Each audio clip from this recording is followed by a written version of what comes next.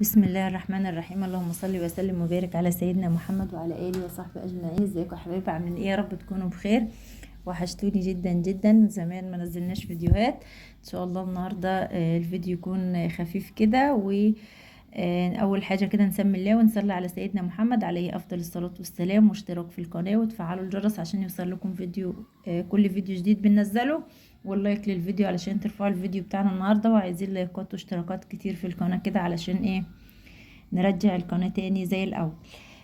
بسم الله كده. أول حاجة معانا هنا في المطبخ كانت الأبلة سهير بتعمل لنفسها فطار بسلجة بيض كده، وتعمل سندوتش بيض. والمواعين دي أنا كنت غسلاها من بالليل وسبتها تتصفى. كنت مشطبة المطبخ بالليل ورصيتها. هرصها زي ما انتم شايفين كده، وشطبنا المطبخ وكنسنا وظبطنا الدنيا كده علشان نبدأ في الأكل بتاعنا النهاردة. يعني أكلة اقتصادية وسهلة وبسيطة وموفرة ومش مكلفة، يعني ايه في الغلا والأسعار اللي احنا فيها دي. أنا معايا هنا كيلو ونص من البتنجان، صغير مش كبير، يعني حجمه صغير شوية. هنشيل العود بتاعه الأخضر ده الأول، هنضفه منه، هنشيله كله. دول كيلو ونص أنا عملتهم، يعني شلت منهم حوالي أربعة بس كده، شلتهم كانوا كبار شوية، وعملت باقي الكيلو ونص كله. هنمسكهم زي ما انتم شايفين، نضفهم من العرش الأخضر. علشان هنعمله بطريقة سهلة وطريقة جميلة. يعني صراحة أنا أول مرة أعمله بالطريقة ديت، أول مرة أعمله. يعني وصفة مش طريقتي، علشان أنا ما كنتش بعرف أعمله، أول مرة أعمله، فشفت حد عملها فحبيت إن أنا أجربها معاكم.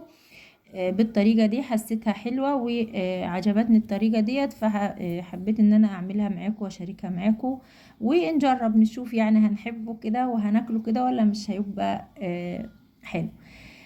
مسكته غسلته بعد ما شلت العرش الاخضر بتاعه، غسلته تحت الحنفية كويس. بصوا كان بزيك تحت ايدي كده من الغسيل، علشان هنستخدم المية بتاعته دي. وحطيت مية على النار سخنة، وبعد كده نزلت فيها البتنجان. ومعايا البنجر ده انا كنت حطاه في الفريزر عندي.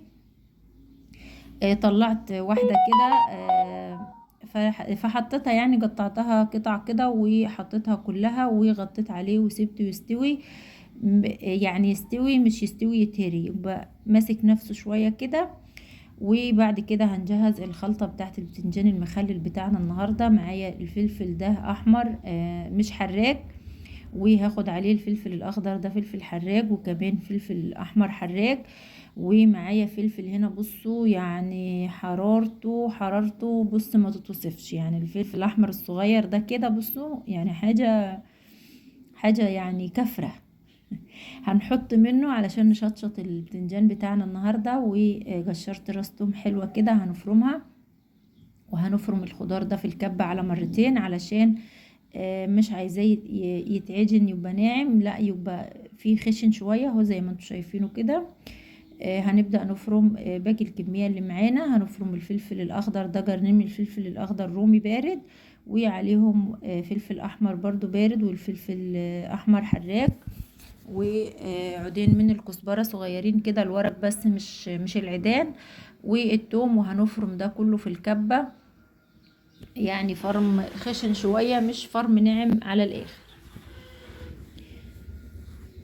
هنشيل بس البذر بتاعها علشان هو حراق جدا، فانا شلت البذر بتاعه صراحة، لا هو يعني مش ناقص حرارة خالص. بعد ما فرمنا كل اللي معانا كده، هناخد نص معلقة من البابريكا، وهناخد معلقة مليانة كده صغيرة من الكزبرة المطحونة، وزيها معلقة من الكمون، ونص معلقة من الشطة بالمرة بقى. يلا بما انها مشطشطة كده نشطشط الموضوع كله. الشطة دي برضو حراقة جدا. وهنظبط الملح، وهناخد حوالي 3 معالق كده كبار من الخل، وحوالي معلقتين من الزيت.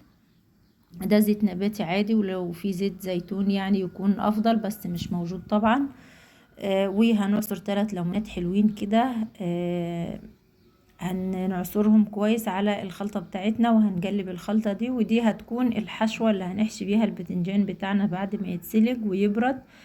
هنحشي بالحشوة بتاعتنا دي كده، ريحتها تحفة. وكمان طعمها ما شاء الله عليه جميل جدا.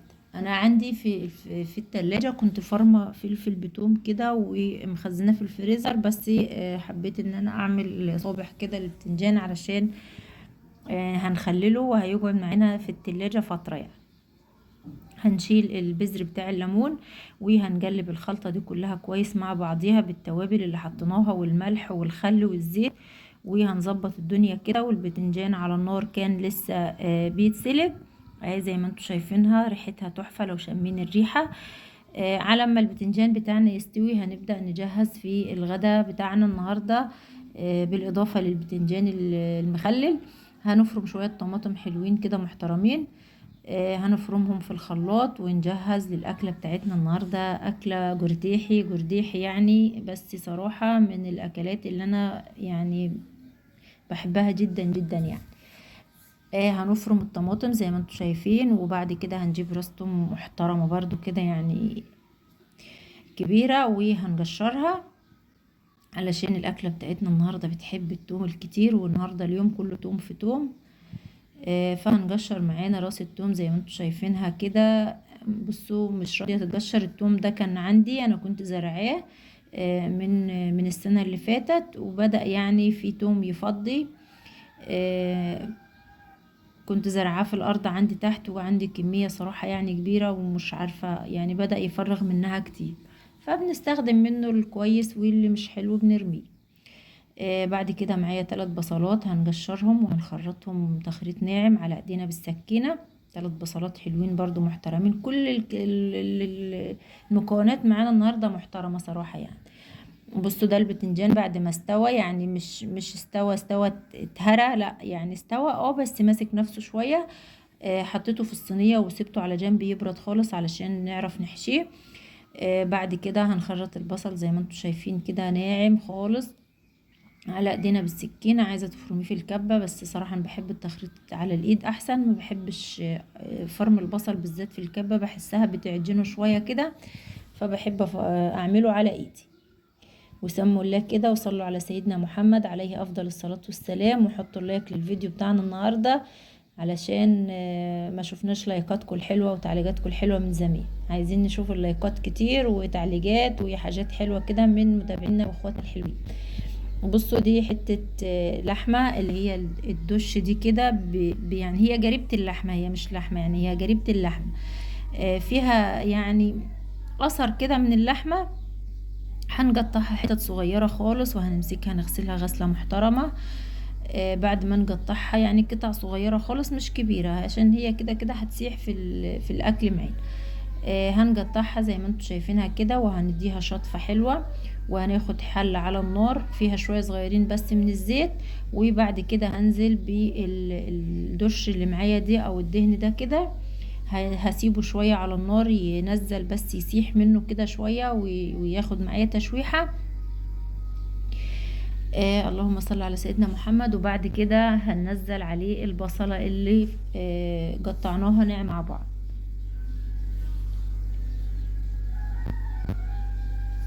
بصوا هننزل البصلة عليها بالشكل ده كده، وهنسيب البصلة تتشوح شوية. انا بعد كده نقلتها على العين العالية شوية، بس ما كنتش صراحة عايزة احط عليها لانها معرفش بتدخن كده وبتسمر الحلة من تحت. عايزة فونية تقريبا، هنشوف هي عايزة ايه بعدين، بس بعد ما نعمل الغدا بتاعنا.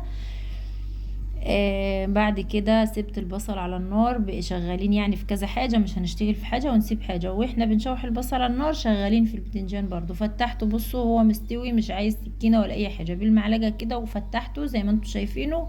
وجبت العلبة دي اللي كنا جايبينها من السعودية، من ايكيا. العلب دي صراحة ما شاء الله عليها جميلة جدا، هي فيها كمية كتيرة يعني صغيرة، بس ما شاء الله عليها جميلة جدا. المهم هنحشي البتنجان بتاعنا زي ما انتوا شايفينه كده، وهنرصه في العلبة الحلوة بتاعتنا ديت علشان نحطه في التلاجة يقعد معانا بقى اسبوع. زي ما يقعد معانا هناكل منه، بما اننا يعني مش عايزين بتنجان مقلي وزيوت وحاجات من ديت، علشان عاملين دايت، وعشان بيني وبينكم برضو الزيت غالي، فبنوفر يعني في الجالية بتاعت الزيت. فسبت البتنجان ورجعنا تاني للاكل بتاعنا. بعد ما البصلة بدأت تاخد لون خفيف كده نزلت بالتومة. ده فص توم نزل بحاله كده، معرفش جه منين. بعد كده هنشوح البصلة بالتومة، وبعد ما تصفر معايا هنزل بعصير الطماطم وهسيبها تتسبك خالص. ومش هنضيف لها اي حاجة خالص غير لما تتسبك. هنغطي عليها ونسيبها مع نفسها، ونروح نشوف البتنجان بتاعنا بعد ما كملناه. حاجة ما شاء الله كده يعني، بصوا عسل كده. هناخد الطبق اللي اتبقى فيه الخلطة، هناخد المية اللي سلقنا فيها البتنجان اللي فيها البنجر، المية البامبي بتاعتنا الحلوة دي كده، وهنحط عليها شوية من الملح. هنظبط الملح ورشة من الكمون ورشة من الكزبرة الناعمة، وهنعصر فيها ليمونة، وهنحط قشر الليمونة معاها. وكمان هناخد طرف معلقة كده من الفلفل الأسمر، وهندوب كل المكونات اللي معانا ديت، وهننزل بيها على البتنجان. وده هيكون المحلول. هزود ملح بس، انا دقتها لقيتها محتاجة ملح علشان انا سلقت البتنجان من غير ملح، كنت هحط له صراحة حبة ملح ونسيت. فهناخد ميه زي ما انتم شايفين كده. هناخد كمان شويه، يا دوبك هنغطي اخر البتنجان كده بالميه، وده هيكون المحلول اللي هيحفظ لنا البتنجان بتاعنا في التلاجة. هغطيها وهشيلها على جنب، هسيبها بره بس شويه كده، وهنديها شويه زيت من على الوش يدوا لمعه كده ونعومه للبتنجان بتاعنا. وهنغطيها ونسيبها. بصوا كده ما شاء الله عليها، يعني بتتكلم عن نفسها.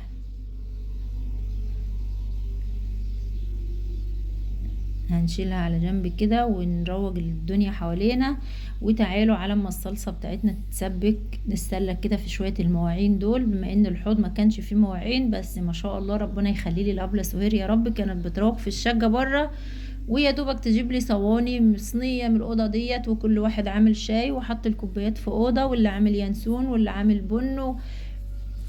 فقعدت تحول في المواعين لما ملت لي الحوض مواعين زي ما انتم شايفينه كده. نسمي الله ونصلي على سيدنا محمد عليه افضل الصلاة والسلام، واحنا بنغسل في المواعين بتاعتنا الحلوة دي كده. ونحط اللايك علشان الفيديو بتاعنا النهاردة يترفع، ونبدأ نصور كده مع بعض ان شاء الله.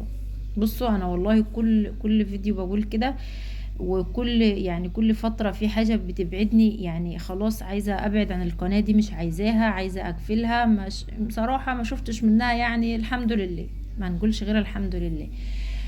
بس بصوا ساعات بحس في حاجة بتشدني لها كده، يعني حاجة بتشدني ترجعني لها تاني، بعد ما خلاص انا كنت عندت لميت الستاند وربطته وعنته فوق النيش وخلاص، وقررت ان خلاص ما فيش قناة. بتيجي اوقات كده بحس ان في حاجة بتشدني لها، لا عايزة اصور، لا حابة ان انا اصور حتى لو اي فيديو، يعني حابة خلاص هي جت عايزة اصور هصور يعني. فادعوا لي كده ربنا يكرمنا منها، لو لينا فيها خير ورزق حلال ربنا يدهولنا، ولو فيها اذى لينا ربنا يبعدها عننا. انا مش بدعي، مش بقول غير كده والله، يعني لو فيها رزق حلال ليا وفيها خير ليا ولبيتي وولادي ربنا يدهولنا، فيها شر وفيها اذى وفيها مكروه لينا مش عايزاها ربنا يبعدها عني. فادي احنا بنعمل اللي علينا، واللي ربنا رايد به هو اللي هيكون ان شاء الله.